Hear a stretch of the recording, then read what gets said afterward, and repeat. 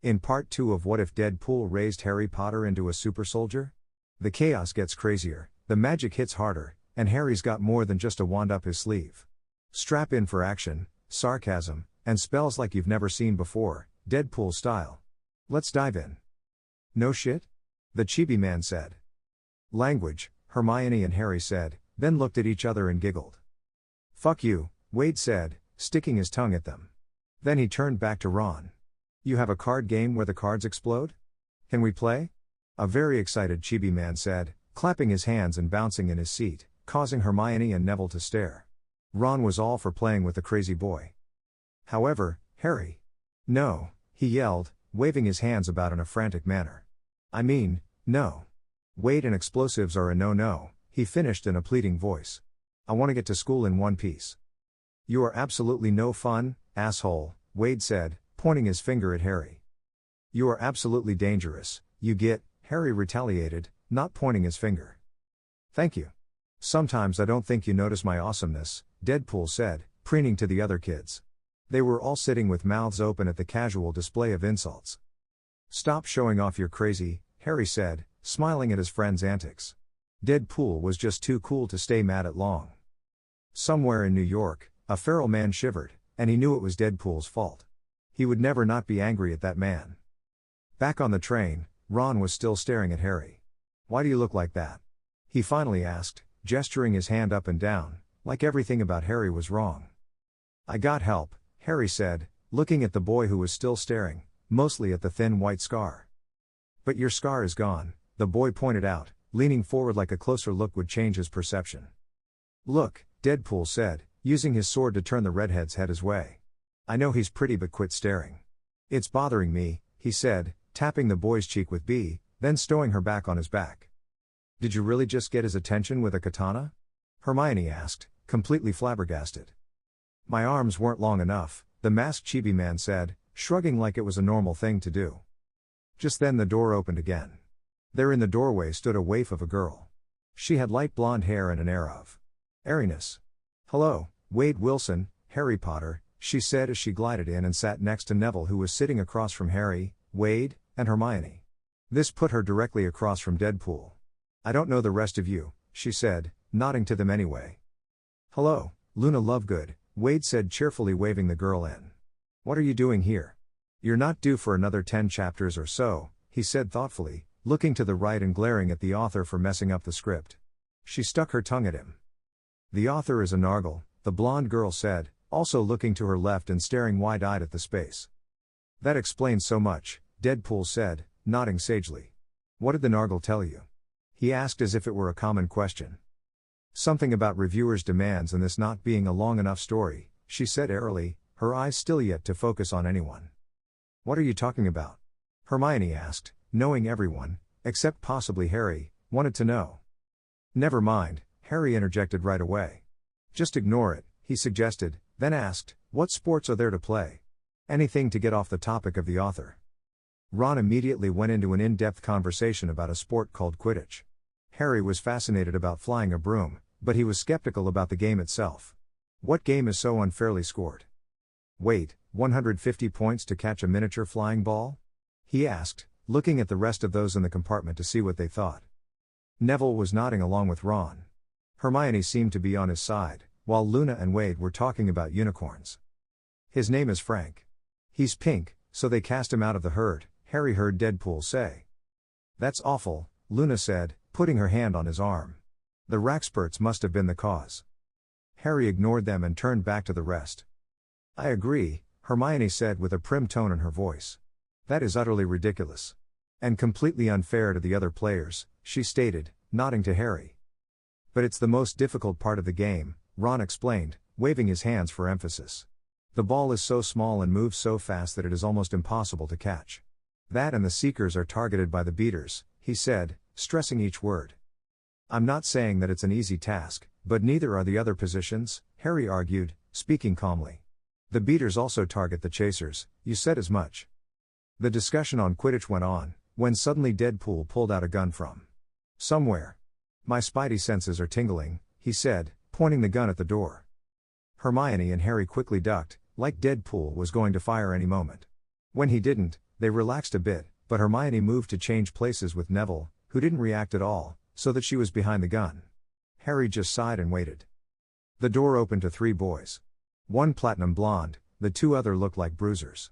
"I hear that Harry Potter is in this compartment," the blonde said, looking at Harry, then sneering at the rest of the group. He did a double take at Deadpool, and asked, "Why are you dressed like that?" "Not your business," the masked man said, not liking the kid one bit. There was an air of self-importance about the boy. Deadpool hated self-importance, he strived to make sure those that had it were taken down a peg or 2. Wolverine hated that he did that, usually because it was the man's friends that got taken down, but that man was impossible to please. Those X-Men were always trying to make him, Deadpool, a hero. They were just too goody-goody for his taste. For all they preached about saving the innocent, they never took out the bad guys. Then they wondered why they kept fighting the same people over and over again. Deadpool was more of the opinion that a dead enemy was a safe enemy. "I'm Harry Potter," Harry said, trying to deflect Wade's more murderous tendencies. "What can I do for you?" he asked, holding out his hand, but not standing. He was tall sitting, but he was slouched down as to not tower over everyone. "You could leave this group of losers and join me and my proper friends," the blonde said, still not introducing himself. He shook the hand, but in a quick-like manner, like he didn't want to touch someone lower than himself. If his father hadn't told him to befriend the half-blood, he'd never dirty himself to touch the other boy. "Hello, Draco Malfoy," Luna said, putting her hand on the gun and lowering it. "He's a harmless nargle," she said to Deadpool. "Oh, it must be his father that gets my goat up," the chibi man said, tucking the gun. "Somewhere. Damn Death Eater," he mumbled, making everyone stare at him, then turned back to the action. "Anyway," Harry said, standing for the first time since anyone had met him here. He stood tall and ripped. His shoulders were broad, and his legs had strength in them, not that they could see that under his robes, but he put on an air of power. "Luna just saved you from being unalived," he told the blonde, who looked at him queerly for his strange wording. "As for leaving with you, I think not," he said, standing in front of the boy. "I like it here," he added with menace. "How could you like being around such low lives?" Draco asked, sneering again at the group. The only ones he recognized were Weasley and Longbottom. Both those families were beneath his notice. "I don't like you," Harry said plainly. "You either leave or I throw you out." He cracked his knuckles, making quite a few of the children wince. Deadpool cackled, making the tense scene more tense. You," was all Draco got out, seeing the boy tower over him by a head. Not even his bodyguards were that tall. And for a kid, Potter was very muscular. He had heard that Potter was a scrawny kid that was scared of his own shadow. He had come to bully him into being his friend. That was not working out for him. "Move along now," Harry said to the trio, taking a step forward, and they skedaddled. He sighed again and sat down. "This chapter has to be at least 1,000 more words, what shall we talk about?" Deadpool said, having finished his conversation with Luna about the unicorns. "You're a crazy man, aren't you?" Hermione asked, not sure if Harry was reason enough to stay. "He is, but he's mostly harmless to children," Harry said, looking to Deadpool to confirm. Hermione doubted that, and she was thinking of leaving. Though now that she had traded places, she was further from the door. She didn't really know anyone here, but if she left, she never would. And there was one thing she could say, it was interesting. However, there were at least 2 crazy people here, one seemed harmless, the other. "Yup, no killing kids," Wade said, with a sage nod of his head. He really did pull off sageness well. "What about that Draco boy?" Hermione asked, looking at Wade to answer. "Ah, I was just scaring the kid. What I want to know is why he didn't react like you did to the gun." "You too, Wade said, pointing at Neville and Ron. Luna seemed like a person who didn't react to anything. "What's a gun?" Ron asked, confusion evident on his face. Neville wasn't looking much better. "Seriously, you don't know what the best means of crime is?" Deadpool asked, taking on a shocked image. "You forget 2 things, Harry said, lifting 2 fingers in the air. 1, we're in Britain where owning a gun is illegal. Not even the beat cops carry them. 2, they're magical. The whole race went into hiding before guns were popular," he explained to his friend. "Don't you remember from History of Magic?" "Damn, I forgot this was not the land of the free," Wade said, slumping in his chair. "Wait, I can show," was as far as he got when 3 voices yelled out. "No." Hermione, Harry, and Luna all said it at the same time. It was then that the snack cart came and Harry, having the most money to spend, bought 6 of everything. He knew that Deadpool would try them all and let him know if they were any good. The man had no fear. Of anything. At all. Sometimes that was a good thing, sometimes not. Candy, Wade exclaimed, if he couldn't have booze, candy would do. Be careful with some of those, Neville said, pointing out a few that were tricky to eat. The frogs jump, and the jelly beans mean every flavor, not just food flavor. I got a grass one once, he explained, not grabbing those treats. Oh, grass, Deadpool said, grabbing all of the every flavor candy boxes. He quickly opened one, lifted his mask enough to pop a handful in his mouth. He lowered his mask again and tasted the goodness. Let's see, snot, dirt, strawberry, pineapple, and socks. Yummy, he said, chewing them the best he could. Wade, share, Harry chastised, grabbing a few of the boxes and putting them back in the pile. I say again, you're no fun, the masked man said, repeating his earlier movements and eating more of the jelly beans. You really are disfigured, Hermione said, with sadness in her voice. Only her and Luna saw what was under the mask, and Luna didn't seem fazed by it. Neither was she had seen burn victims on the telly, it was just different seeing one in real life. Sorry, I didn't mean to say that out loud, she said, sheepishly. Yup, got to hide my ugly mug, Deadpool said without an ounce of self-pity. I am terribly sorry, the bushy-haired girl said, leaning forward and putting her hand on his arm. Forget it. I deal pretty well with my disfigurement, the chibi man said, trying to change the subject. Looks like the ride is almost over, he said, looking out the window like he knew where they were. What about the 1,000 words? Luna asked, looking to her left. The author's thumbs hurt, Wade said, looking at Fairywm, and nodding. That's a shame, Luna said, eating a sugar quill. Next stop, Hogwarts, she added as a cliffhanger. The train came to a stop shortly after, and they all got off with the mass of students. They heard Hagrid, who Deadpool was still impressed with, call for the first years.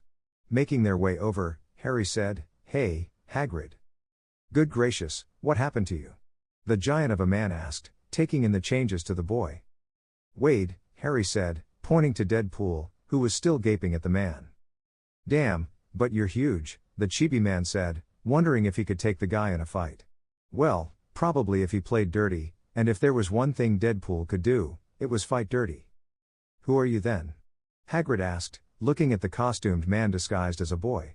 Why are you dressed like that? He repeated the often asked question. Everyone is going to ask me that, aren't they? Wade said, looking to Harry, who nodded with no sympathy. It's all the rage, he said to the giant, who looked perplexed. Right, was all the man could say to that. First years, he called, then counted heads, seeing there was 2 extras, he looked to Wade again. Are you supposed to be here? I'm Harry's bodyguard, Deadpool said, shocking all the kids he had shared a ride with. Well, not Luna. Hagrid couldn't call him on that, so he started leading the way. Dumbledore would sort it out. They went down a slippery path to a row of boats. 4 to a boat, the giant called, hoping there were enough. Harry, Hermione, Wade and Luna took one boat, the others joined the other students, though Ron didn't look happy about that. While they were going over the lake and admiring Hogwarts, Wade noticed the giant squid. Oh, he looks fun, the chibi man said, and jumped into the lake to wrestle with said squid. The giant squid just picked him up and put him back in the boat. Not fair, Deadpool said, and jumped in again. The process was repeated 3 times until Hagrid told him to knock it off. What are you trying to do, anyway? Harry asked the wet mercenary. I was just playing with it, Deadpool said in a sulk. I don't think it wants to play, Hermione said, while Luna patted his arm. Or that is his way of playing with kids, the airy girl suggested. Oh, well, I'll be here a while. We can play my way later, Wade said, perking up at the notion. What do you think of Hogwarts? Harry asked, changing the subject. He did that a lot. It was a good thing Deadpool was easily deflected. Looks like it would be hard to defend, was Deadpool's assessment. I don't think there's going to be a siege anytime soon, Hermione stated, looking at the crazy chibi like he was. Crazy? You never know with these things, Wade said sagely. He was still going over ways to defend the castle, just in case. There was a Dark Lord after Harry, after all. Anyway, Luna, are you excited to be here? Harry asked the quiet girl. Oh yes, especially since I'm a year and 10 chapters early, the blonde said, bouncing in her seat, making Deadpool do the same. We'll have to thank the author for that, the chibi man said, looking to his left, Luna to her right, and they both said, thank you, Fairywm. I'm never going to understand them, Hermione lamented. Just go with the flow, but stop them from doing anything too stupid, Harry said, grabbing the katana's holder to keep Deadpool from jumping into the lake again. Will you quit? He demanded. But he looks fun, Deadpool whined, trying to jump in again. The rest of the way followed the same vein. Inane conversations and stopping the costumed man from jumping into the lake. They got to the shore and the kids, and Deadpool, walked behind Hagrid up a long set of stairs. Most were out of breath by the time they got to the top. Hagrid banged on the doors and was greeted by a stern-looking woman. I count 2 extras, the giant said to the prim woman. We'll sort it out, she said in a thick Scottish accent. Right you are, Professor McGonagall, Hagrid said and turned and left. Follow me, the professor said, turning sharply and moving down the hall. Everyone followed, not having anything better to do. So did Deadpool. Though he was itching to explore, he needed to see Harry accepted as a student. He had no idea how that happened, the author was being tight-lipped, but it promised to be fun. The professor gave a speech that is repeated in many fanfics, so will be glossed over, about houses being like family and that bad behavior would be punished. She then told them to smarten up and left.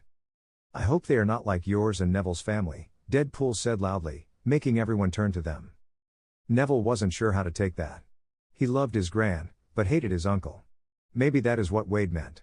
That there would be no one to hate. He could only hope so. Me too, I'd hate to see you shoot anyone, Harry said, making the Muggleborn and a few half-bloods cringe. He shot someone? Hermione asked, completely taken aback. To be fair, my uncle shot at us first, Harry said, defending Deadpool's actions. Yeah, that fat bastard deserved it, Wade said with a smug tone. You're not helping, Harry told him. I'm not trying to, the chibi man said with menace. That got people to back off a bit. McGonagall came back and led them into the Great Hall. Deadpool took one look at Dumbledore and shouted, Santa. In a leap that defied gravity, he jumped over all the students, the head table and landed in the confused man's lap. I'm very upset with you, Santa. You didn't get me the gun I wanted for Christmas last year. And I was such a good boy, he finished in a pout. I never hurt an innocent, he added in a whisper. The professors all stared at the boy, only the little goblin like one laughed. The others were so aghast that they did little to stop him. McGonagall was poleaxed and was holding the sorting hat in the air. Young man, get off my lap and join the others, Dumbledore said in a grandfatherly voice. He patted Deadpool on the back and gave him a little shove. Hey, you're not Santa, Deadpool accused, jumping on the table, and pointing his finger at the old man. You're a fake, he said, stomping down the table and back to the group waiting to be sorted. Wade, get over here, Harry and Hermione said, then looked at each other and giggled. Spoil sports, Luna said, clapping when Wade came up to her. What? Like none of you thought he looks like Santa, Deadpool said to those staring at him. He kinda does, one of the Muggleborn said. You know, the old-fashioned kind, he defended when the stares turned to him. See, Wade said, standing with his hands on his hips. If you are finished, McGonagall said, putting the hat on the stool next to her. Just a second, Deadpool said, then he farted and said, now I'm done. You, came the disagreement of many. Wade, shouted Hermione and Harry again. This time they didn't giggle. I'm done, Deadpool stated again, waving for McGonagall to start. When I call your name, come and put the hat on your head. Then you will be sorted, the prim professor explained. Hannah Abbott, she called, and a strawberry blonde girl ran up and put the hat on her head. Hufflepuff, the hat called out. The girl ran to her table, who were clapping for her. And the sorting went on. Neville went into Hufflepuff, Hermione went into Ravenclaw, and now it was Harry's turn. He moved to the front and Wade followed right after him. Young man, what are you doing? McGonagall asked, keeping the hat in the air. Following Harry, Deadpool said as if it was obvious. Why, is the question, the older woman said, still holding on to the hat. I'm his bodyguard, was the answer. His bodyguard? She questioned. Yes, his bodyguard, Wade said slowly, looking at her like she was stupid, though she couldn't see it, his tone said just as much. Don't take that tone with me, young man, she snapped, lowering her arm but not giving Harry the hat. Why, pray tell, does young Harry need a bodyguard? Dumbledore asked, leaning forward a bit. He's a celebrity, Wade once again used that "are you stupid" tone. "I'm afraid you cannot be here if you are not a student," the headmaster stated with a great deal of conviction. "It's in the charter," Deadpool said with just as much conviction. "How did you know that?" the old man asked, not wanting that information out there. "The author gave me a copy," Deadpool said, whipping out the document in question. "What?" said a good deal of the people there. "Never mind," Harry quickly said, and then he turned to McGonagall. "Can I be sorted now?" he asked, waving Wade to stand down. "Albus?" she asked, looking to the headmaster for instructions. "The young man is correct, it is in the charter," the old man sighed. "So, not even sorted and you're getting special privileges," a greasy-haired man sneered at Harry. "Wade," Harry said, and Deadpool leapt over the table again and put his katana, Arthur, on the man's throat. "You were saying?" the chibi man asked in a sweet voice. "I'll see you expelled, Potter," the dour man said, though his eyes never left the blade at his throat. The students and professors were all holding their breaths. "Wade," Harry said again, in a different tone. "Co-blocker," Deadpool said, removing the katana and jumping back to Harry's side. "I'm afraid you will have to remove the blades from the castle," Dumbledore said, his eyes twinkling. "Over my dead body," was the reply to that. "Look, I'm going to be here, no matter what you do. I am immune to mind magic, and I will not be threatened. You can throw me out, send me across the world, and I will be right back here the next day," Deadpool stated as fact. "Just behave and you will never even know I'm here." He smiled a smile that the others heard and squirmed from. "Can I be sorted now?" Harry asked again, trying to deflect the mood.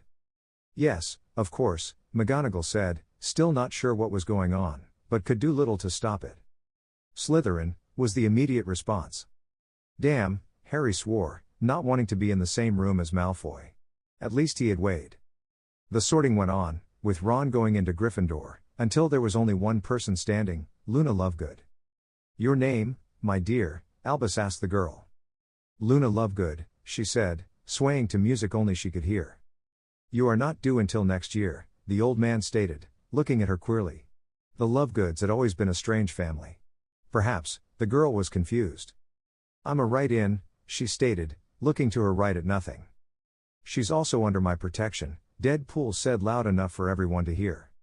"Well, if you are a write-in," Dumbledore said, not sure what a write-in was, but decided not to fight it. This sorting was already strange enough. "Come on," McGonagall said, waving her forwards. Luna skipped up to the stool and put the hat on. "Slytherin," the hat called with reluctance. "Goody," she said, putting the hat down and clapping. She skipped to the Slytherin table, making them look at her strangely. "Slytherins don't skip." "Woohoo, go Luna," Deadpool shouted, clapping, and standing for her. He scooted over and let her sit next to Harry. "Why Slytherin?" Harry wanted to know, knowing the girl probably asked to be here.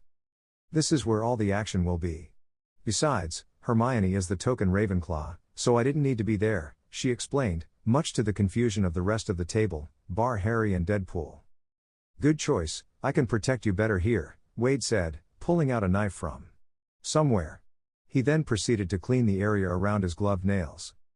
2 chapters in one day, Luna said out of nowhere. "Her muse was pushy," Wade said with a shrug. "Oh," Luna said, then the food appeared, and everyone ate. "Let's just hope the muse is pushy tomorrow too," Deadpool said, using his knife to spear some food. "Let's hope," Luna agreed.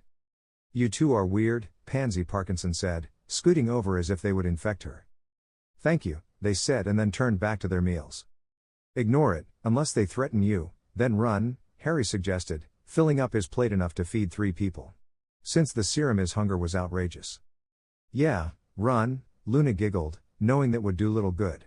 But she also knew Deadpool would only scare the girl. "Okay," Pansy said, scooting over further, and the boy next to her did the same. Soon Harry, Wade and Luna were in a spot all their own. Dinner continued with little fuss. Dessert was had and Dumbledore made a small speech. Forbidden Forest is off limits to all students. "I'm going there," Deadpool said, nodding his head decisively. He noted that the headmaster was looking at twin redhead boys at the Gryffindor table. He vowed to get to know them too. "For those that don't want to die a gruesome death," the headmaster said, finishing his speech. "I'm going there too," Deadpool said, looking to Luna who gave him an encouraging smile, but shook her head in the negative. She would not join him for that. Harry, on the other hand, looked excited. "Don't you dare go without me," he said to his friend. Not that he thought Deadpool would, the whole reason the man was here was to teach him. "You can come in the forest with me," Wade said, not really wanting Harry to have a gruesome death. "I'll check out the corridor on the 3rd floor. If I find something interesting, I'll come and get you," he promised. "Besides, the readers would have fits if you died this early." "Oh, so dying later is fine?" Harry asked, not touching the reader comment. "No, of course not. However, if you die, then the story would be over before it started. Don't worry, I'll take you to the forest," he said, already planning the night's activities. "Promise?" Harry asked, wanting to test his newfound strength. He had fought with the goblins, but for all they were warriors, they were not physically strong. Stronger than they looked, but still not as strong as he was. "Have I ever lied to you?" the costumed man asked, looking in Harry's eyes, then remembering he had on a mask, he said, "Yes, I promise." There was a horrible singing of the school song, to which Wade took great pleasure into making it an opera. He had a good singing voice, with Luna accompanying. They lasted longer than the red-headed twins, who turned it into a funeral march. They were sent to bed and were made to follow the prefects of the house. A long trip down corridors filled with talking portraits was made longer because Deadpool and Luna stopped to talk to many. The prefect was so angry that he almost approached Deadpool, who casually pulled one of his swords and pointed it at him. "Don't even, bub," Wade said in his best Wolverine impression. "Wade, I'd like to get to bed tonight," Harry said, pulling on the arm that was pointing the sword. "You can come and talk to them later." He yanked the chibi man off his feet and Luna simply followed along. "Co-blocker," Wade said, using his favorite name for Harry. Well, the boy was a spoilsport. "Come along, then," the prefect, who still had not introduced himself, said, waving them further down the hall. They went down 2 flights of stairs, past the basement and into the dungeon. They came upon a blank wall that had portraits of snakes on either side. "This is the entrance to the dorm, remember it," the 5th-year boy said, then he turned and said, "Fairy dust." The blank wall became a door. "Fairy dust?" Harry asked, not expecting such a foo-foo term from Slytherin. "Potion ingredient," the prefect mumbled, holding the door open. The first years, and Wade, trooped in and came to a stop in the middle of the common room. "Someone likes snakes," Deadpool said, taking in the interior of the room. There were lots of snake statues everywhere. Even over the fireplace was a portrait of one. "Maybe a bit too much," Harry concurred. He could hear them hissing in the back of his mind. It was disconcerting. They weren't even saying anything. It was like they were snoring. "Salazar Slytherin was a parcel-mouth," explained Luna as she moved to their side. "What's a parcel-mouth?" both Wade and Harry asked, then looked at each other and chuckled. "Someone who can speak to snakes," she said, then peered at Harry. "Much like yourself," she said with an airy tone. "I thought all wizards could," Harry said, looking around at all the shocked faces. "No, it's very rare, and thought to only run in Slytherin's blood. Which is ridiculous, there are parcel-mouths all over the world. I doubt Salazar spread his seed that far," Luna said, with an air of authority. "Makes sense," Harry said, taking one of the free spaces on the couch, with Wade and Luna plopping down next to him. All the other first years moved away from them, like they were contagious. They didn't care, they had each other. Making friends would have to wait. "Why are you dressed like that?" a large bruiser of a student asked, coming, and standing in front of the group. "To hide my ugly mug," Deadpool said in his version of the truth. "Though looking at yours, I might get by without it." "Really, don't you brush?" he asked the boy, whose rotten teeth were showing. It looked like he tried to eat a rock and failed. "Watch it, short stuff, or I'll take those swords of yours and..." was as far as he got when he was stabbed in the shoulders with said swords. He screamed and backed off, going to the other end of the room. "You shouldn't run around like that. You tripped on my katanas, now I have to clean them," the masked man said, wiping the blood off on a rag that he got out from somewhere. Suddenly the trio were surrounded by angry boys, mostly 5th year and up. They all had their wands up and were sneering. The girls were on the outside of the ring, but they were mostly cheering the group on. Pureblood ladies didn't fight unless they had to. Deadpool did a pirouette that would make a ballerina envious and cut all the wands in half. He then put his katanas away. "Now that you're unarmed, let's dance." Harry stood and readied himself. He wasn't going to let Deadpool have all the fun. Luna extracted herself and cheered them on from the sidelines. It took all of 5 minutes of punching, and some awesome acrobatics on Deadpool's part, to down the crowd of older students. Wade could tell these guys never fought with their fists in their lives. They were all down so easily. Had they ever felt pain before? He didn't think so. He held back on the killing intent, and just wiped the floor with the losers. "You are pathetic," he said, kicking one of the down boys in the nuts again. "To be fair, you are just a better fighter," Harry tried to reason. "I knew you loved me," Wade said, throwing his arm around Harry. "Get off, you moron," Harry said, shaking the arm off his shoulders. "Asshole," the chibi man bantered. "Git," was Harry's reply. "You can go whining to the teachers that a couple of kids just handed you your ass, or we can call it square," Wade said to the defeated boys, standing at the ready in case they got back up. Harry was by his side doing the same. Deadpool was proud of the boy. He had held his own and hadn't dithered a bit. The younger years were in a state of shock. They had never witnessed such a fight in their short lives. Muggle fighting at that. The two younger boys just decimated the upper years. Draco was especially shocked, and dismayed. He was hoping the older years would help establish his place here in Slytherin. That wasn't going to happen now. The older boys were groaning on the ground, not sure what had just happened. Most of them were nursing groin injuries and hoping they could carry on the family name. The teen that Wade had stabbed was getting his injuries tended to by one of the upper year girls. None of them looked like they were ready for round 2. That was what Snape walked in on. "What happened here?" he demanded, looking at all his upper year boys groaning on the floor. Then he looked at the trio of first years. He hated that Potter was in his house, and with a bodyguard at that. He didn't know how he was going to handle this, but judging from the looks of things he was going to have to be sly. "A difference of opinion," Harry said, nudging Wade to keep silent. "Not that it worked. They were of the opinion that we were weak.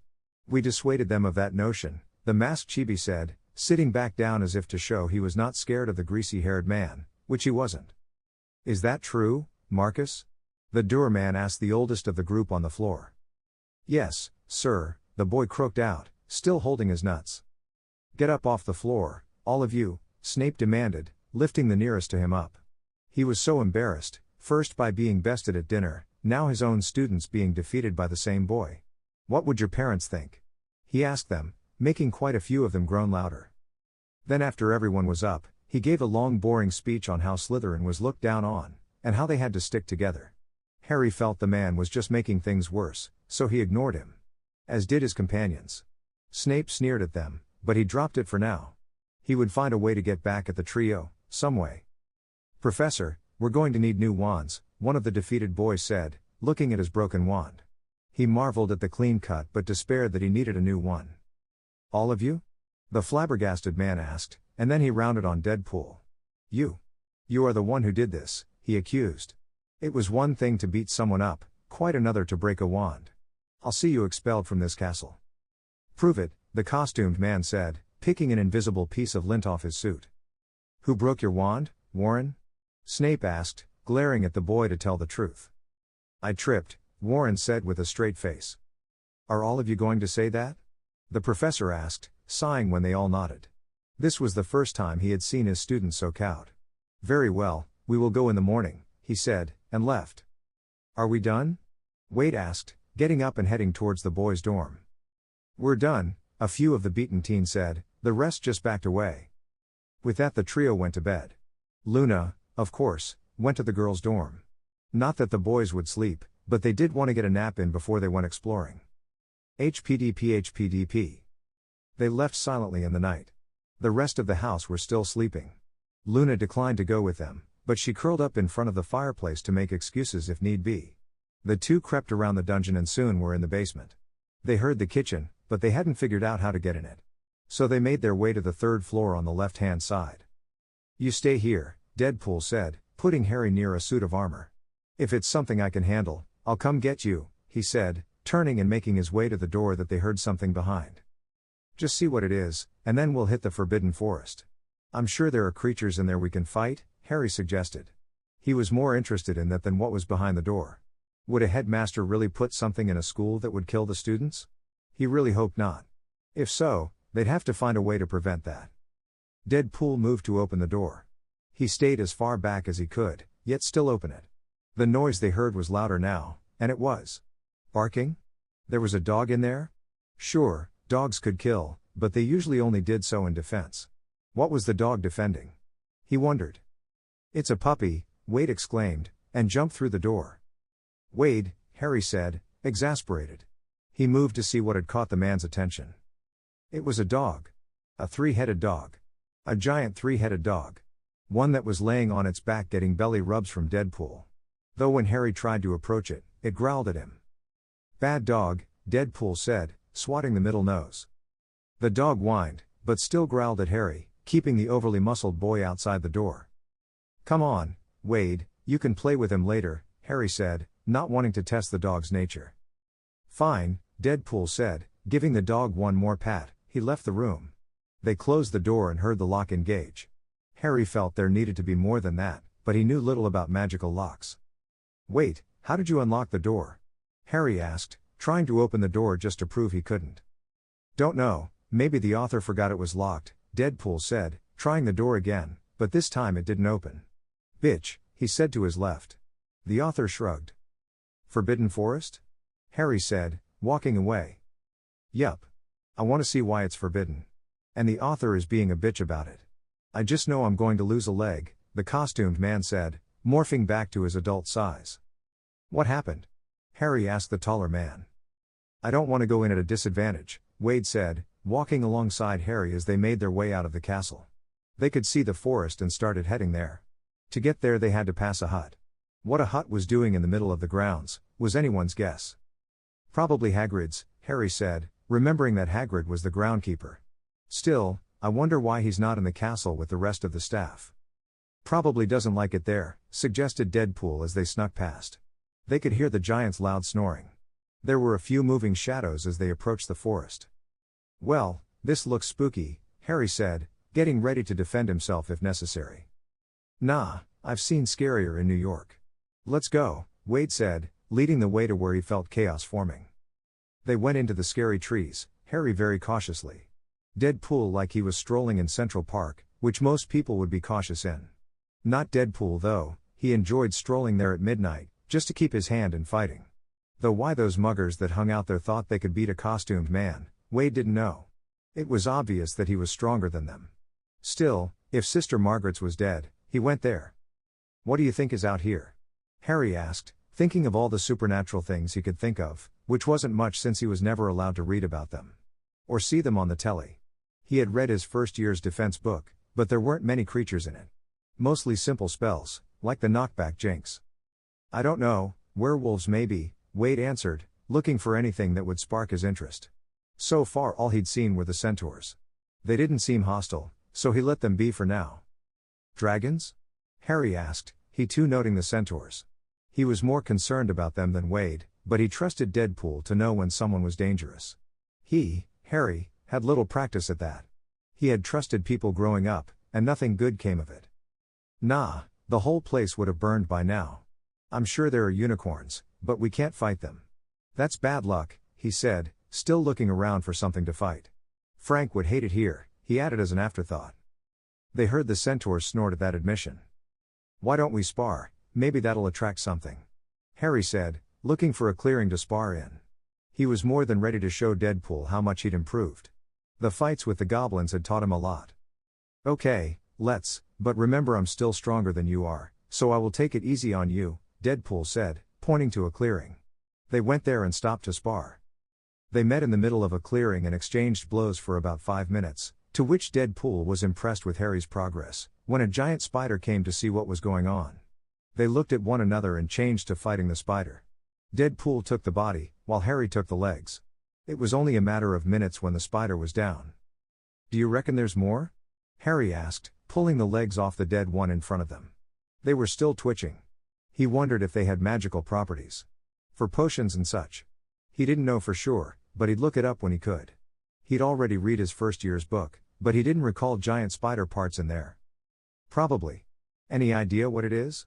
I've never seen a spider this big, and I lived in New York, Wade said, pulling the head off just to make sure it didn't get back up. The spider's body curled up, letting them know it was dead. There are a colony of them, came a voice from their right. A colony consisting of how many? Deadpool asked, looking at the dark-haired centaur. His coat and hair were both black as night. The one next to him paled in color. I am Megorian. I am the leader of the Center Colony. The stars did not foretell of hunters joining our fight against the Acromantula, he intoned in an airy yet deep voice, like he was speaking to someone else not there. Oh, we're not hunters, per se, we're just having fun, Deadpool said, throwing the severed head away and jumping back down to the ground. He walked over to the centaurs not a bit afraid. He didn't know if they were fighters, but he knew they couldn't kill him. Wait, the stars talk? Harry asked, never having heard of such. Unless you count horoscopes. He too got up from his decimation of the spider. If you know how to listen, Megorian stated, leveling a look to the young boy. Mars is bright for you, young Potter. He looked to the sky as if to make sure what he said was true.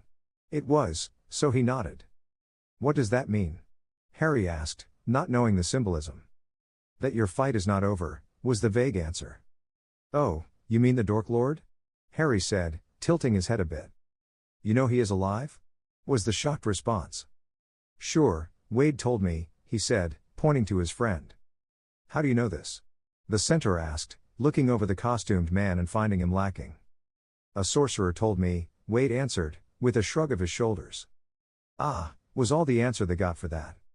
You never did answer my question, Deadpool said, walking closer to the horseman. A colony of how many? Thousands, was the reply. Well, shit, that's not good, the costumed man said, sitting down in a thinking pose. Can you believe this shit? He asked no one, turning to his right. Thousands. Even I can't fight that many. He then turned forward and asked Harry, any ideas? Maybe we can lure a few at a time away and get them then? Harry suggested, in a questioning voice. Not a bad idea, but how? Was the response. Wade did some more thinking. Well, our spar brought one, we can do that, Harry stated, going up to his friend and sitting next to him. That might be a good idea, Deadpool said, getting up from the ground and clapping his hands in a let's do it gesture. So the two sparred, while the centaurs moved back to the woods. When the spiders showed, they would fight them and win. Once three showed at once, and Deadpool hopped on one and rode it like a horse. Yippee-ki-yay, motherfuckers, he yelled, as he slashed the one next to the one he was riding. He was also twirling a lasso and wore a cowboy hat. There were boots on his feet as well. Where he got them, no one knows. He threw the lasso and roped the one he had just slashed. Can't you be serious? Harry asked as he dead punched one in the face. The spider was one of the larger ones, so it only stumbled back a few paces. He looked at his fist like it had failed him and walked up to the spider and punched it again. That time it fell. He ripped off the head and threw it away. He then watched Deadpool in action. Hell no. I'm going to have as much fun as I can, the other man said, jumping off his mount. He hogtied the spider he had roped, and when the one he had been riding tried to eat him, he shot it. You could be quieter about it, Harry said, coming up to him. I thought we wanted to attract more, he said, taking a knife and cutting the heart out of the one he had tied up.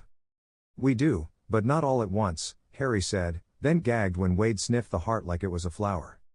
Fine, co-blocker, Wade said, throwing the heart away and getting ready to spar again.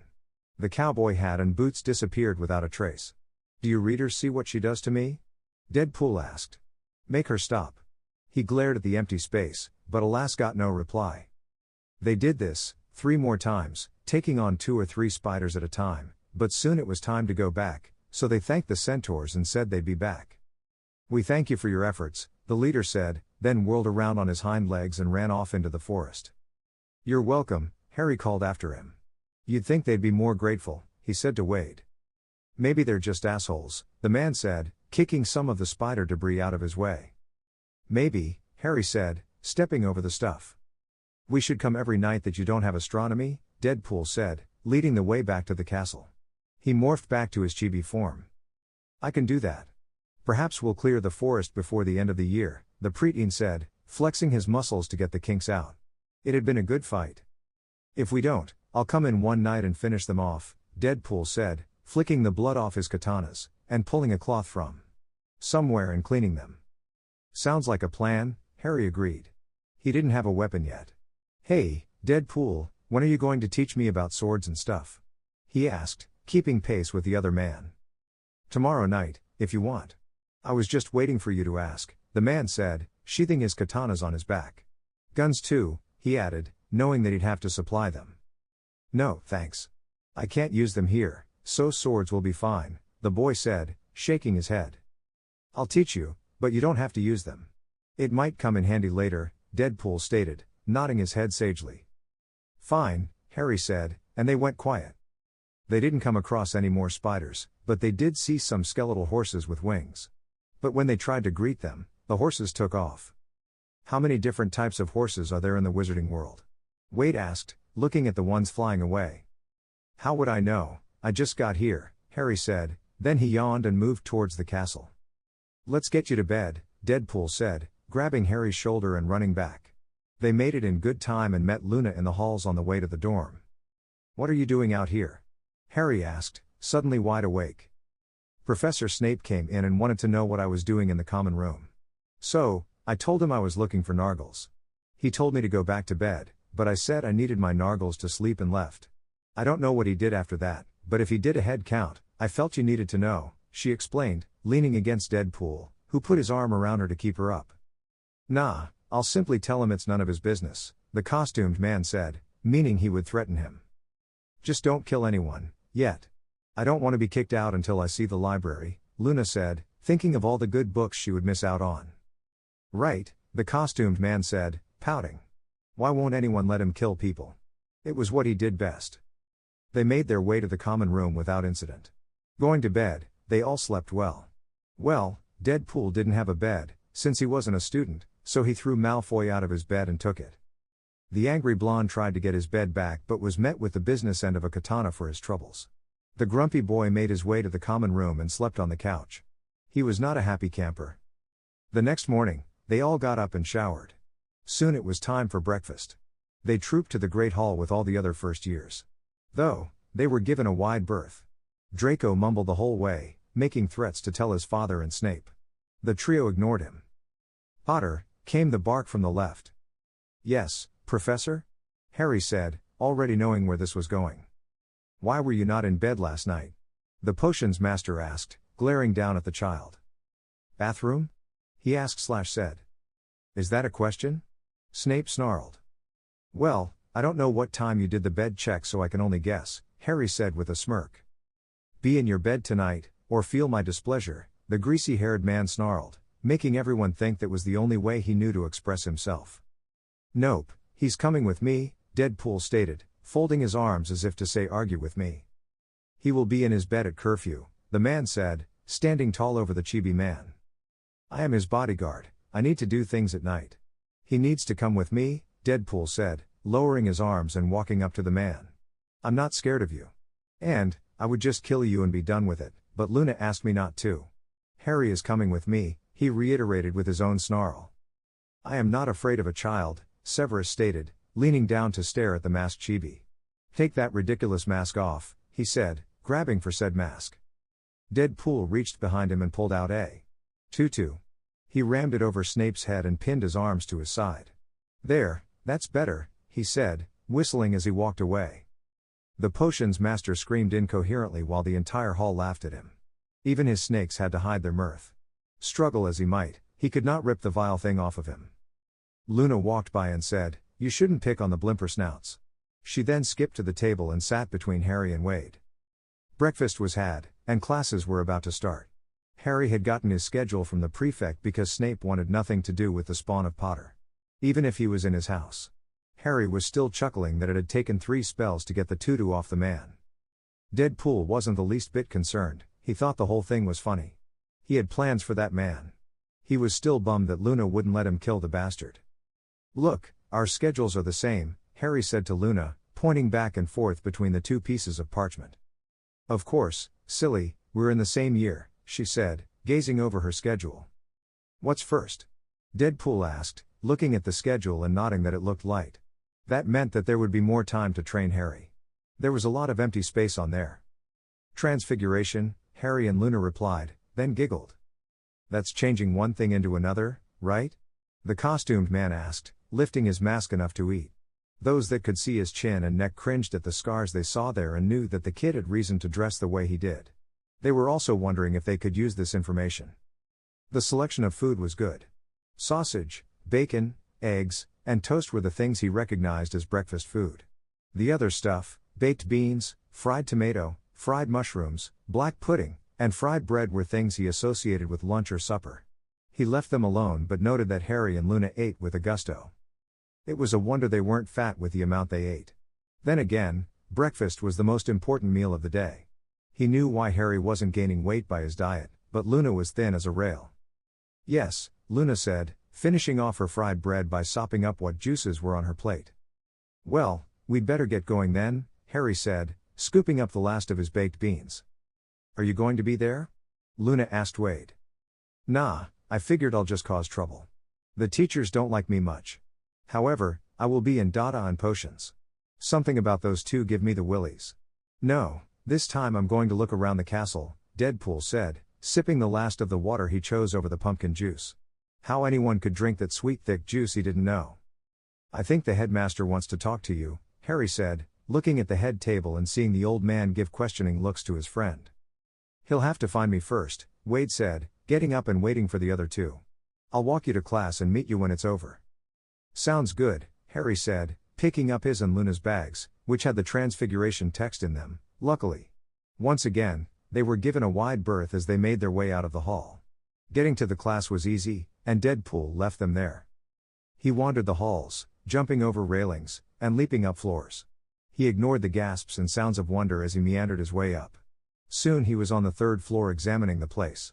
He knew that the puppy was there, but he wanted to see what the dog was protecting. So, he went to the door and tried to open it. He forgot the author had locked him out. Damn that woman. I'll have to wait for Harry to open it, he muttered, walking away saying sorry to the dog. He went up further. By this time all the kids were in class, and the professors were as well. So the halls were empty. He went up to a portrait of a nice-looking lady in old-fashioned garb. So, what can a guy do for fun around here? He asked her. She giggled and said, you can look for secret rooms. She covered her face with her fan and gave him a coy look. Hot damn, secret rooms, Deadpool said, thanking the lady. He moved off to see what trouble he could find. HPDP. Harry and Luna sat at the front of the class, both eager to learn. The rest of the Slytherins sat as far as they could, yet still fill their side of the room. Draco, Crabbe and Goyle had the good fortune to be behind them. Well, it was good in Harry's book. At least this way he could keep an eye on the git. McGonagall did her impression of a cat, waiting for stragglers. The only person missing was Ron, and Harry hoped he got here soon. He liked Ron, though the boy was upset with the sorting. He felt they could still be friends. Draco whispered that he was going to get Harry in trouble with his father, and the cat on the desk took note of that threat. Harry noticed the cat doing that, and smirked.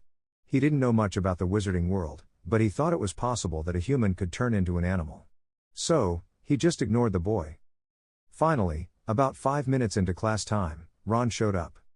Phew, McGonagall isn't here, the redhead mumbled to himself as he took a seat in the back. McGonagall jumped off her desk and transformed into herself.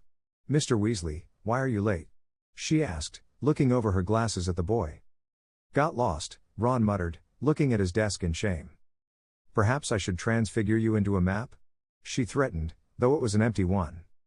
Sorry, Professor, Ron said louder this time.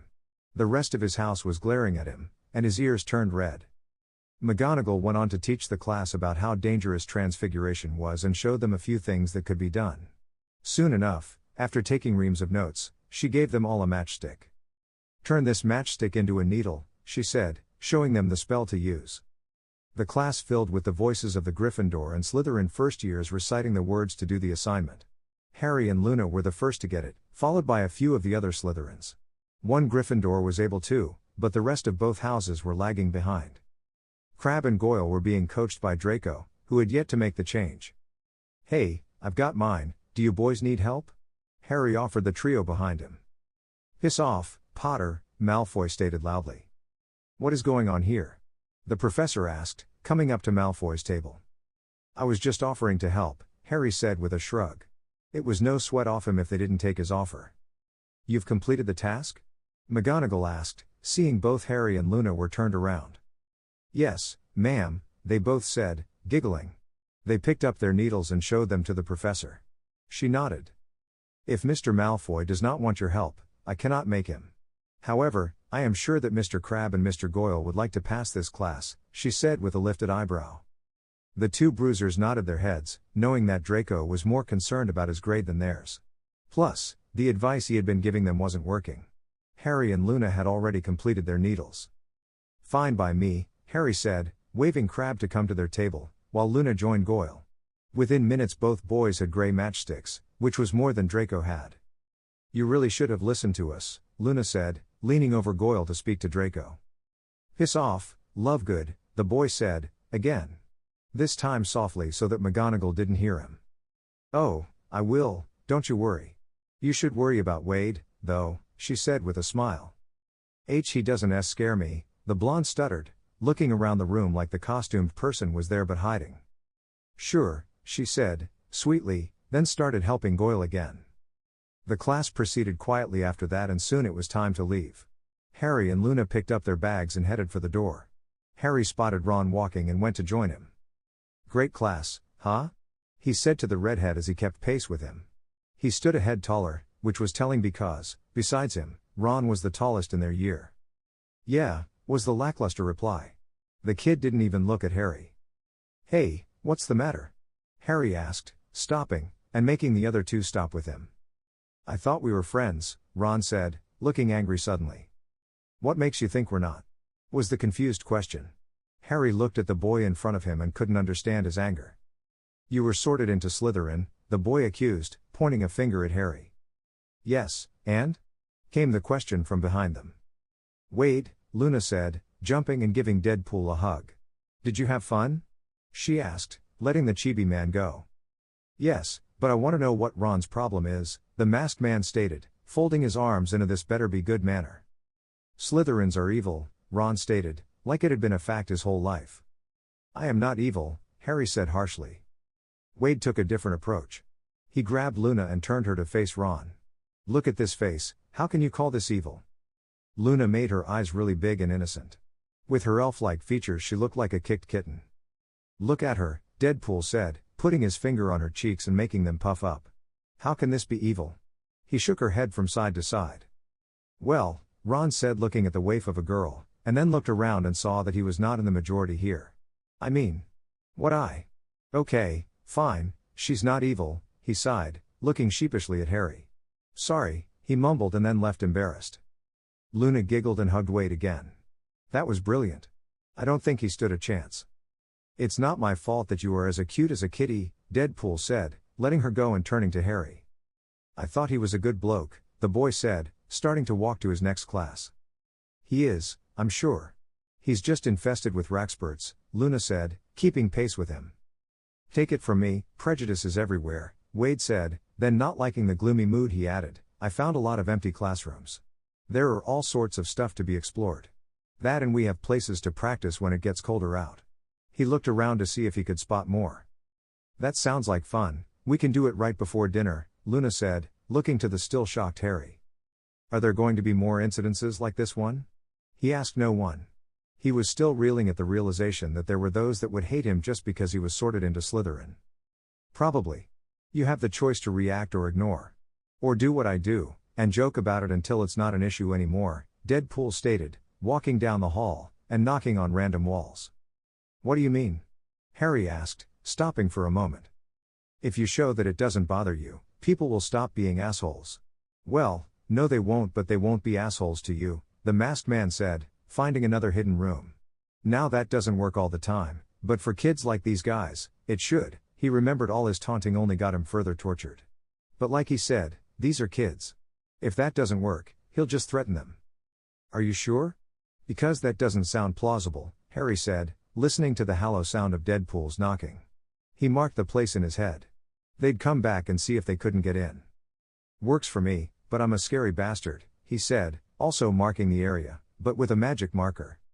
That you are, Wade dear, Luna said, patting his arm when he moved away from the wall. So, what's next? Deadpool asked the children. Charms, they said together, and, as usual, giggled. You two remind me of twins, Wade said, leading the way to the charms class. He had found it earlier. Thank you, was also said in unison. Hey, Wade, there's something I wanted to bring up with you. I would have told you last night, but I forgot. Professor Quirrell's turban makes the inside of my head itch, Harry said, remembering the weird sensation he felt at dinner last night. An evil turban, I will have to look into that. Like I said, that guy gives me the willies, Deadpool stated, rubbing his chin in thought. A mystery to solve, he laughed. Thanks, Harry said as they continued on down the hall to Charms. When they reached the classroom, Professor Flitwick said to Wade, "Mr. I'm not sure what your name is." He looked like he was expecting it to be told. "Call me Wade," Deadpool said, in a jovial voice. "Mr. Wade, the headmaster would like a word with you," the diminutive man said just as jovially. "If I see him, I'll talk to him," Wade promised him, and then sauntered off. "I believe he means for you to go to him," Flitwick said as the boy got further away. "Sure, I'll look for him," the costumed man said, still walking away. "Do you think he will?" Harry asked Luna in a whisper as they found their seats. "No," she said with finality. "I didn't think so," Harry agreed, and then sat back up to wait for the class to start. Wade continued to wander the halls, when he came upon a small creature that was cleaning one of the classrooms that was no longer in use. He stopped to stare at the large-eared, bug-eyed, tiny thing. "What are you?" he asked in a kind voice, not wanting to spook the thing. It didn't look dangerous. "Tilly is being a house elf," the little being answered, stopping her cleaning, and turning toward the costumed man. "Why is you being dressed like that?"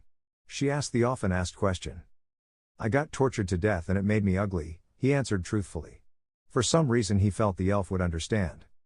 "Oh, Tilly is being sorry for asking," Tilly said, with a great deal of sympathy. "It's all right, I got some nifty stuff out of it," Wade said, nodding sagely. "What can Tilly be doing for yous?" she asked, resuming her wiping of the walls, but she kept glancing at him from the side. He was not a student, and she could tell he had no magic. She was fascinated, she had never met a muggle before. It did make her wonder why a muggle was in the castle. "So," she asked, "why is you being here?" "My name is Deadpool, and I'm looking for secret rooms," Deadpool said, sitting down next to her, so he could be her height. Even in his chibi form he was still taller.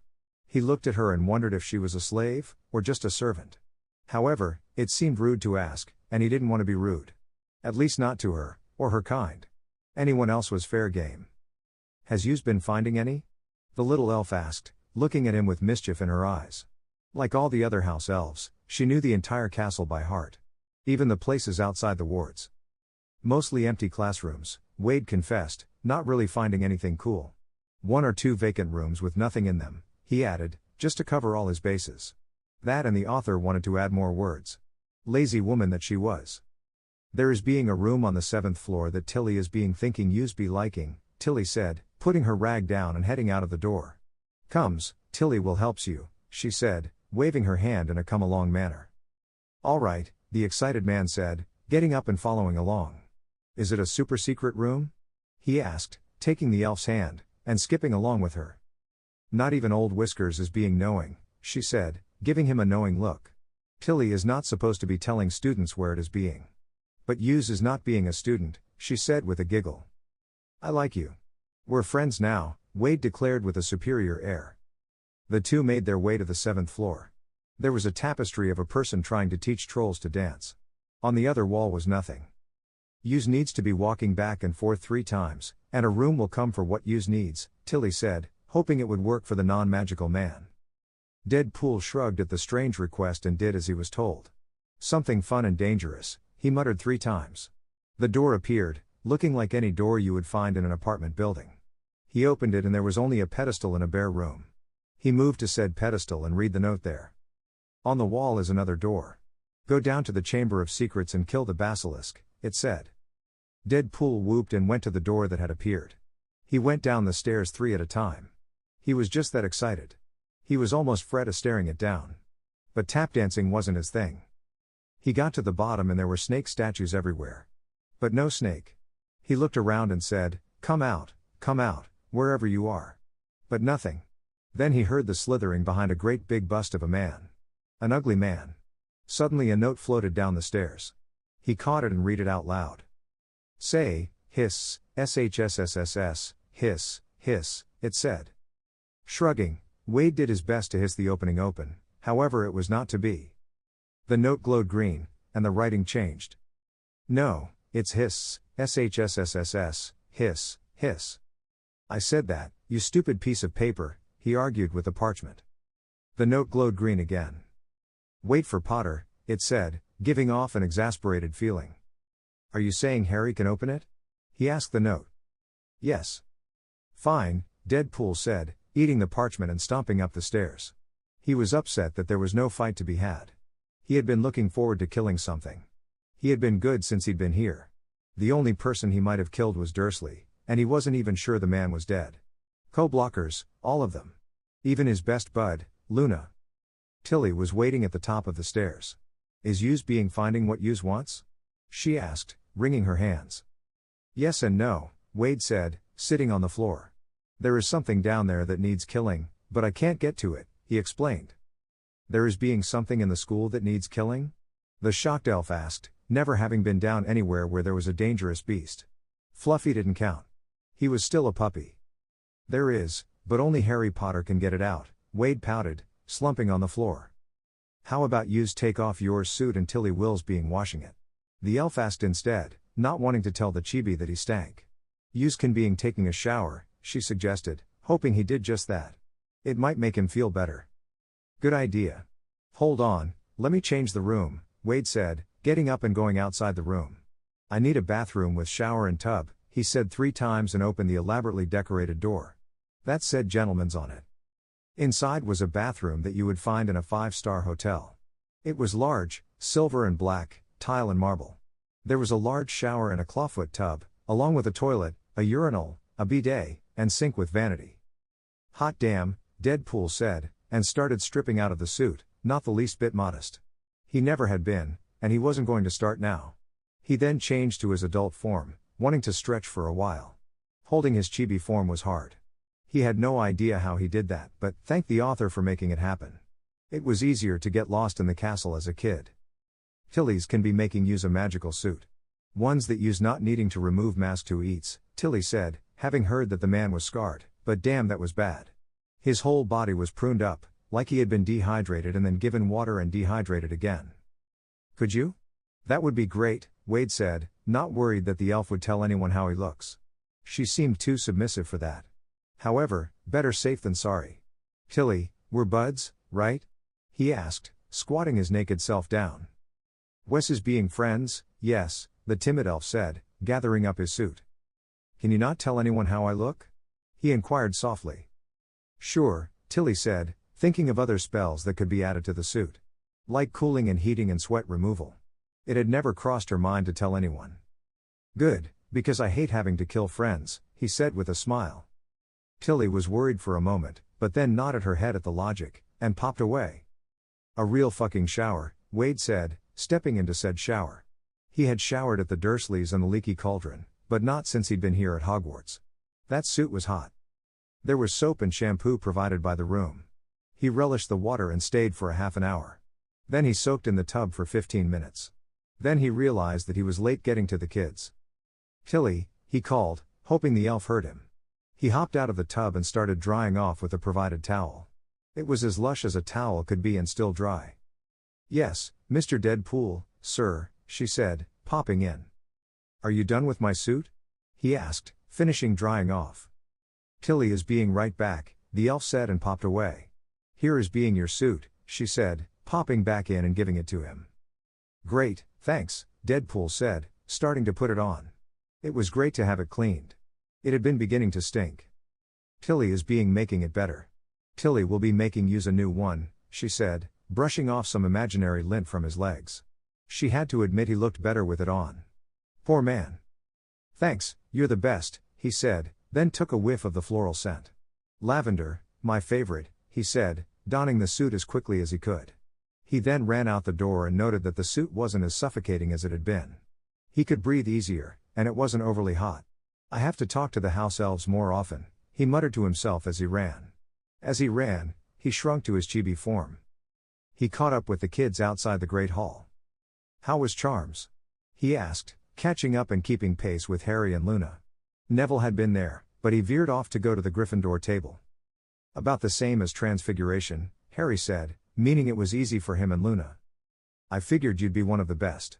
That's why I had you read all those books, Wade said as they approached the Slytherin table. And I am grateful that you did, the preteen said, taking his seat and grabbing some of the large ham sandwiches and some crisps. He opted for water this time, pumpkin juice was an acquired taste. Only once a day for him. He did wonder if he could request milk, or fizzy drinks. I met a house elf, Deadpool said, taking a sandwich, tuna, and eating it right through his mask.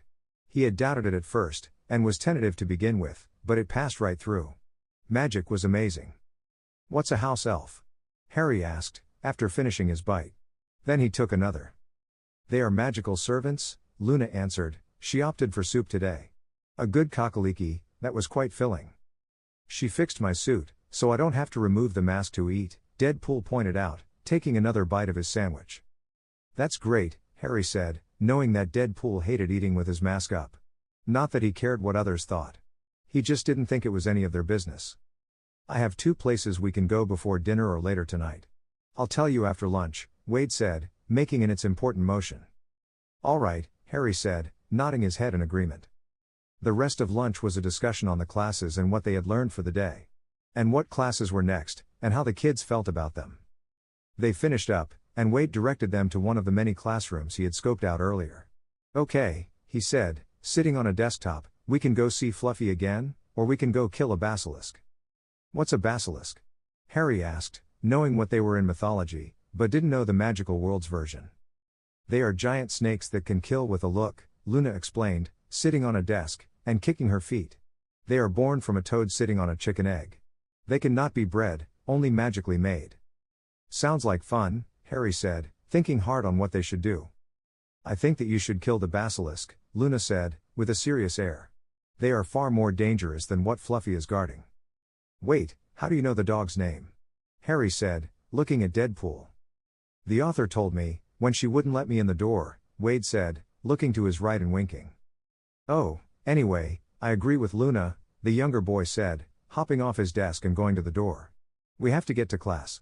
It's Dada, and you said you wanted to be there, he said, leading the way out of the room. That's right, I'm not leaving you alone with that asshat, Deadpool said, hoping he could kill this one. They made it to the Dada classroom without incident and took seats in the back. Well, Luna and Harry did. Wade stood at the back on the wall, right behind Harry. He wasn't there to learn, only to protect the boy and train him. He leaned back, arms folded and one foot on the wall. It was a relaxed, but ready pose. The class filled up with Slytherins and Ravenclaws. Most of the kids looked at the costumed man strangely. He was still an anomaly. Most didn't know what to think of him, but knew he was dangerous. The first night there had proved that, and the guy gave off don't fuck with me vibes. Yet, he said and did silly things, like a jokester. When the class had settled, Professor Quirrell stood. He had been sitting at his desk, looking at Deadpool. He was scared of the kid, for he had threatened Snape without thought. His passenger was even leery of the boy. Voldy felt that he was superior, since the kid had no magic, but there was just something that said, stay away, that made them both cautious. Quirrell started class, his stutter worse than normal with the costumed kid glaring at him. He turned and started writing on the chalkboard, and his passenger tried to perform legilimency on the kid. That was a terrible mistake on his part. The boy's mind was a jumble of thoughts and memories. There was nothing cohesive about him. There were scenes of torture that even he would never do. There was a woman who the man loved with all his heart. But even these memories were jumbled and confusing. There were no clear, serious thoughts to be had. The man, for Voldy now knew that it was a man, was nothing but a big bundle of crazy. He had never been in a mind such as this. He pulled out when the man in the memories looked right at him and said, die, motherfucker, and started towards him. For his troubles he got a blinding headache, which made him groan in pain. This was his second mistake. He couldn't even think clearly and had no clue what was going on around him. Wade felt the mind tap and was already making his way to the front. Not even Xavier went into his mind. He tried once and was knocked out for hours. He warned Deadpool to never let anyone into his mind, and the costumed man took him at his word. Now, he was going to have to deal with this interloper. Harry, seeing that Deadpool was pissed, started getting the kids out of the classroom. Come on, he hissed to Luna. Get this side, I'll get the other, she whispered back and started tapping people on the shoulder and pointing to the door. Good idea, Wade said, stopping long enough for the kids to vacate the room. He didn't want to have to give them a bunch of nightmares, and nothing was going to stop him this time. He felt violated. Quirrell was oblivious to it all. He was just concentrating on writing. Voldemort was too busy being in pain. Deadpool heard the groan and knew it hadn't come from the teacher. He started waving the students to run. He waited until he heard the door close and knew Harry had stayed behind. Luna is being our lookout. By the way, you can kill this one, Harry said, knowing that Deadpool would not be upset without reason. And you are back to being my best bud, Deadpool said, reaching out and snatching the turban off the head of the teacher, who had yet to turn around. Even when Harry said he could be killed. He was just too scared to do anything but stand there. Whoa, ugly, Wade said, seeing the noseless man on the back of Quirrell's head. Quirinus, do something, the pained Dark Lord ordered, not sure what was happening, but he knew he was in danger. The blinding pain was receding, and he could start to think coherently. Yes, Master, the possessed man intoned, but fear kept him in place. He reached for his wand but was unable to move otherwise. You fool, he is going to kill you, Voldy shrieked, trying to take over the body of the obviously coward of a man. Wade poked the face with his finger and tried to tweak the nose that wasn't there. He laughed at the face's grimace and poked him again. You're one ugly motherfucker, he said to the face. You dare, Muggle, hissed Voldemort, I will kill you, you magicless son of a whore, he added, though he was useless to do anything. He once again tried to take control of the body, but couldn't, it was too scared and he yelled at Quirrell, if you don't move, I'll leave you to your fate. Quirrell started to turn, but Deadpool put a sword to his back. No moving, asshole. I will kill you, Voldy said again, looking at the costumed man with menace. Bravado, I like that, Deadpool said, poking the face again, this time in the forehead. Harry, is that normal? He asked his again best bud. Luna was now his best girl bud. I keep telling you I just got here, but I think I can safely say, no, that is not normal. I think that's old moldy shorts, he added, looking at the being that was attached to his professor. Well, Noseless here tried to read my mind. Pity it didn't hurt him more, Wade said, then got an idea. Hey, Harry, come here and test your strength on this guy. Maybe if they punched the guy enough the spirit would leave him. Harry walked up to the two and looked at Voldy. Wade is right, you are one ugly motherfucker, he said, and he too poked the face. Only this time both Quirrell and Voldemort screamed in agony. Whoa, Deadpool said, looking at Harry's finger like it would sit up and do tricks. Do that again, he said, jumping up and down in place, like a kid getting a puppy. Harry shrugged and did it again. They both screamed again and this time there was a burn mark on the head of Quirrell. While it did something to Voldy, it didn't physically touch him. I wonder what would happen if I slapped him, he mused, and then did just that. The screaming started again and this time Voldy vacated the body. I will be back, and I will kill you both, he yelled as he flew away. That sucks, nothing is staying around for me to kill, Deadpool said, sulking like he just got his birthday taken away. You're a bitch, Fairywm, he said, glaring to the right. She shrugged. I guess, Harry said, then poked the back of Quirrell's head. Nothing. This guy might be innocent, he said, taking more air out of Wade's balloon. I hate you again, Deadpool said, then he turned and stormed out of the classroom. You'd better get to the hospital wing, Harry said with not a shred of sympathy. Even if the guy was innocent, he didn't do anything to stop the Dork Lord from coming to Hogwarts. He then followed Wade. He knew that the costumed man didn't hate him. He was just frustrated. He didn't get to kill anyone, right? Luna said, looking down the hall. Wade had just disappeared down. Nope, and he's pretty upset about that. Hey, Luna, how do we keep the basilisk from killing us with its eyes? He asked, not sure what to do about that. Don't look at it, silly, she said with a giggle. Of course, how foolish of me, he chuckled back. He knew it wouldn't be that simple, but he was sure Deadpool would come up with something epic. At least he hoped so, he'd hate to die his first week here. They caught up to Deadpool, who was glaring out a window. Don't fuss so, Wade, you can kill the basilisk, Luna said, giving him a hug. I know, but I was so looking forward to it, he said, with a pout. I'm sure you will have other chances, Harry said, patting the chibi man's back. You're just trying to cheer me up, Deadpool accused them, pointing his fingers at each of them. Yup, they said together, and giggled. There you are, a voice said behind them. Yes, here we are, Wade said, looking over Harry's shoulder and seeing Flitwick. Did you need something killed? He asked, hopefully. What? No, the little man said, shocked at the question. Then again, he mused, I shouldn't be. This kid gives off all sorts of killing intent. No, he said again, the headmaster wants to speak to you three. He waved them to follow him. Maybe the old guy wants something killed, Deadpool said, bouncing at the thought. I highly doubt it, Flitwick said, giving him an apologetic look. He knew bloodlust, it was in his blood. He'd never seen it outside the goblin horde, but he recognized it all right. I'm sure there are things to kill in the forest, he offered, not knowing they had already planned nightly excursions there anyway. That's right, Wade said, brightening up at that thought. He'd forgotten about the spiders. Later for that, now you must see the headmaster, the charms professor said, still leading the way. Do you want to bail? Harry asked Wade as they followed the diminutive man. Nah, let's see what the old guy wants, the chibi man said, taking out a knife from somewhere, and throwing it up, catching it by the tip and throwing it up again. You have to teach me that, Harry said, watching his friend. Deadpool was just so cool about everything. He had never seen the man rattled. Mad, yes, but rattled, no. He took everything as normal. Or turned it normal for him with his crazy. Yes, Harry knew Wade was crazy. But he was just so cool. Oh, me too, Luna said, clapping her hands and bouncing as she walked. Sure, it's easy to do, Wade said as they continued down the hall. As they proceeded, he walked them through how to toss and catch a knife. They listened with rapt attention. Soon enough, they were at the gargoyles that blocked the headmaster's office. Cockroach clusters, Flitwick said, not even thinking it was a strange password. It was always candy. Oh, those sound yummy, Wade said, thinking of the mass number of cockroaches in New York. If they actually ate them here, he could make a killing. His brain went into overdrive with how he could catch and sell them, that he didn't notice the revolving staircase. He then thought that London might already have as many as New York and deflated again. At the top of the stairs was a door. Flitwick knocked on it and entered when he heard his name. Something else that didn't faze him. Ah, there you are, Dumbledore said after they all filed in. Yes, again, here we are.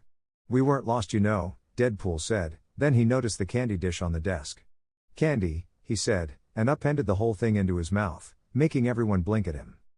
You wanted us, Headmaster, Harry said, inside laughing at Wade's antics. Ah, yes, the old man said, tearing his eyes away from the boy in the mask. He had wondered how he had eaten through the mask. It has come to my attention that you dismissed the Dada class before the lesson was over. Pray tell, why? He asked, folding his hands on the desk, while Flitwick took a seat near the same desk. The kids stayed standing. Voldemort was sticking on the back of Professor Quirrell's head, Harry said with a shrug, like it was completely normal for that to happen. We made him leave, he pointed to him and Deadpool, who was nodding along, his mouth too full to speak. I see, was all Albus said, thinking hard on that. He had not known the Dark Lord was here in the castle. And Quirinus? He asked Harry, seeing that Wade couldn't speak yet. He wondered if he should read the boy's mind. He took a peek and was blinded with a headache. He didn't get far, only the surface memories, but that was enough. He's fine, Harry said, smirking at the old man's pain. I sent him to the hospital wing, he added, making sure to let them know the guy was alive and walking when he left. Don't do that again, Wade said, swallowing the whole bunch of candy, and taking his knife, that he had yet to put away, and pointing it at the headmaster. I don't like people poking around in my head. His eyes were glaring, but with the mask, no one saw it. They felt it though. The very air crackled around the costume chibi. I apologize, the old man said through his pain. Why is your mind so cracked, is the only term I can think of? He asked, wondering if it could be taught. I was tortured to death, was the answer. I beg your pardon, to death? Flitwick asked, having caught that part. Yeah, twice, Deadpool said, nonchalantly. To him it wasn't a big deal. He had killed the man who had done it, so all right was in his world. Twice? Came the disbelieving question from the adults, bar Wade. Yes, twice, Wade drawled, as if offended that they had asked. He wasn't lying after all. I see, Albus said again, at a loss as to how a muggle could have died twice. Can we go? There's got to be something to kill around here, Deadpool said, turning to leave. He was done talking. Yes, you may. Though, I do ask that you not kill anyone, the headmaster said, with a firm voice. Yeah, sure, no one, Wade promised, animals weren't a someone. No promises if they attack me or mine, he added as an afterthought. Very well, Albus said, knowing that was the best he was going to get, and waving them away. He didn't believe the child was serious. Children were so fun with their games. Twice? Luna asked after they cleared the office and hallway it was attached to. It cured my cancer, Wade said, once more not caring that it shocked people. Well, there is that, Harry said, already knowing all this. Luna hummed a bit, and then nodded. That was a good outcome to a bad situation. Let's go kill the basilisk, Deadpool said, already heading to the 7th floor. And that's a wrap on part 2 of What If Deadpool Raised Harry Potter into a Super Soldier? Only on Butterfly Fictions. If you enjoyed the madness, magic, and mayhem, don't forget to like, comment, and subscribe for more epic crossovers and wild what-ifs. Let me know in the comments what you think Deadpool's next lesson for Harry should be. Part 3 is going to be insane, trust me, you don't want to miss it. Until then, stay magical. And mildly unhinged.